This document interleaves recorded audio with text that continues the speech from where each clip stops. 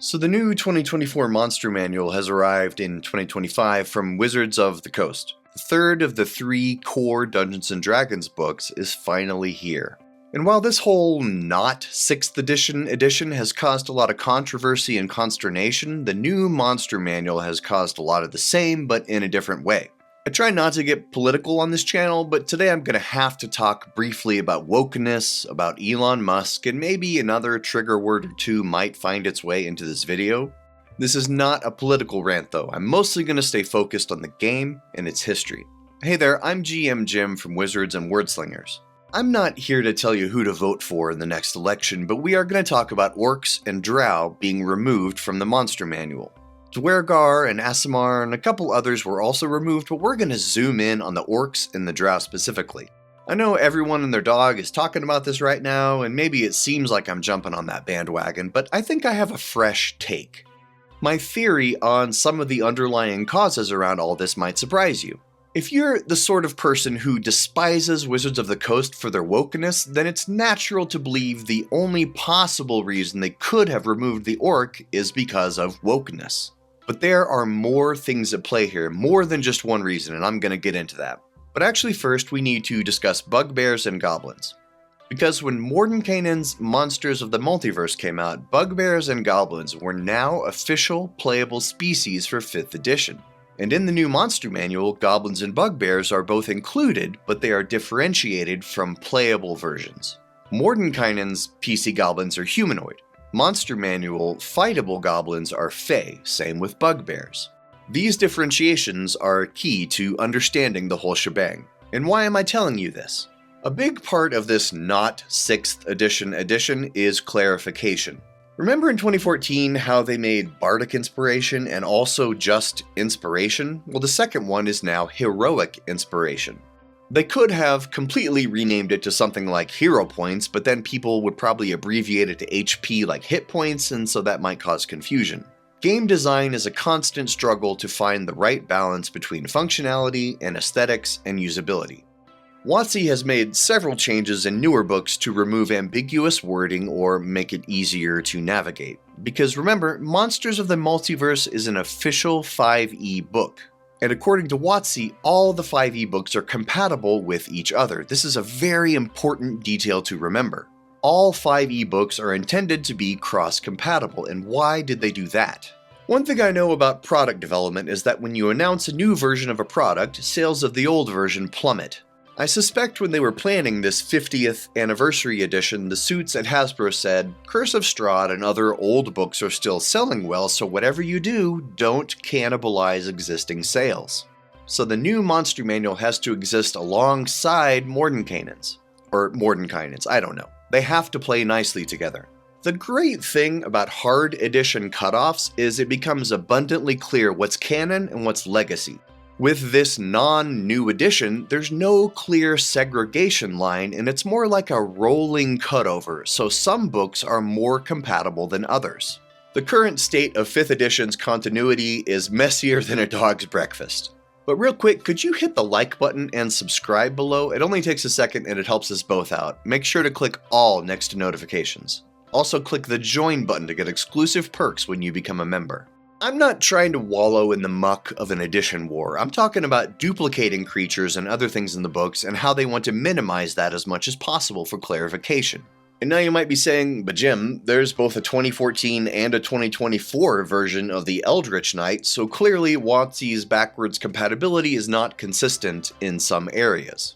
Why can they have 2 Eldritch Knights in different books but not 2 Orcs or 2 Drow? Because 1, WotC has a clear history of making inconsistent choices, and 2, backwards compatibility is not the only reason all these playable species were removed as monsters. We humans like binary things because they're easier to understand quickly with little effort. Nuance and complexity take a lot more brain power to understand, so we don't like that. But as things often happen in real life, it's more nuanced and complex. Effects can have more than one cause. First, let's talk about orcs. I think the monster orcs deletion has less to do with wokeness and a lot more to do with the half-orc. This playable race has origins back to early in the game's history and has been either a core species or has been introduced in supplements again and again across the editions.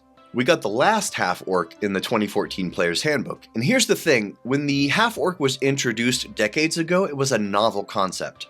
Half-human, half-beastly thing raging an inner war against your violent nature, struggling to fit in somewhere but with neither society fully accepting you. There's a lot of fertile ground there to roleplay, but over the years that novelty has worn off. Culturally, they've become less beastly and a lot more human. I can't tell you how much half-orc thirst trap art I discovered on Reddit during my research. Many of them I can't show you on YouTube. Anyway, fewer and fewer people view half-orcs as monstrous or even semi-monstrous anymore, and so by extension, orcs themselves seem less monstrous now. I don't think this is a sinister Hollywood elite liberal conspiracy, I think tastes have just evolved in general. Tolkien's orcs were wicked and inhuman, but they were written 75 years ago. Modern interpretations are more like regular hot dudes with chiseled abs and tusks. If you're mad about what Twilight did to vampires 20 years ago, you're probably also mad about the perspective shift on the orc. But WotC is not imposing wokeness onto the orc. They're responding to changing desires in the culture and marketplace. Now let's talk about the Drow. This one's a little more controversial. Try to ignore any personal biases you might have and just consider this objectively. A dark-skinned, violent race of subterranean dwellers with a long and sordid history of slavery. I mean, you can see how that just existing would make some people so uncomfortable they wouldn't want to try D&D at all, right? And this is a big problem for WotC, because what's their goal here? Right, it's to get new people to try the game and to sell books to those people. Let me be clear that I'm not trying to defend WotC or Hasbro here. They both have a long list of sins. But as a company, if you don't change with the changing tastes of the people who buy your products, guess what? Those people will buy other products from other companies.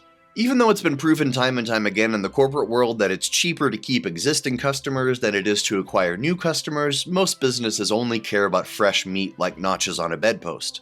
Anyway, D&D has had plenty of angry keyboard warriors prophesying a rampant decline into liberalism for decades now.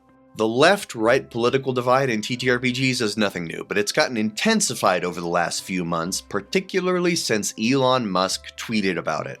He has the power of many eyes following him, and he pointed many of them angrily in D&D's direction.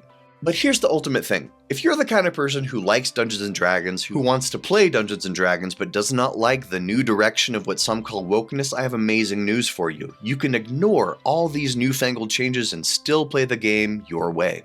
You are free to take your monster manual, cross out the name of the top of the tough stat block, and write orcs instead. You're free to make all toughs into orcs and all scouts or assassins into drow. If you don't think bugbears and goblins should be fey, you don't have to do that. Because that's the wonderful thing. It's not like a video game where the designers have hard-coded choices and options. It's a make-believe game, and no one can tell you what to do at your table. No one else will even know unless you talk about it online. And I hope when I say it's a make-believe game, I'm also communicating about the insanity of getting upset about trivial things like whether a certain stat block was included in a book or not. I mean, honestly, who cares? There are so many more serious things going on in the world to get upset about right now. Like the return of the Hollywood musical as a popular movie genre. Please, Hollywood, make it stop. No more musicals, I'm begging you. One last thing, and that's a piece of advice I heard the other day from another YouTuber. They said that whenever you get a mean online comment, in your head add, quote, "and my wife doesn't love me," to the end of the comment. So just know that if you leave me a mean reply below, that's what I'm thinking. That's about all I have to say on this topic, and I hope I didn't lose too many subscribers as a result of me slightly taking a stand here. If you're a fan of mine or you just stumbled across this video and found it useful, I'm really glad you watched. I love you all, and I'll see you next time.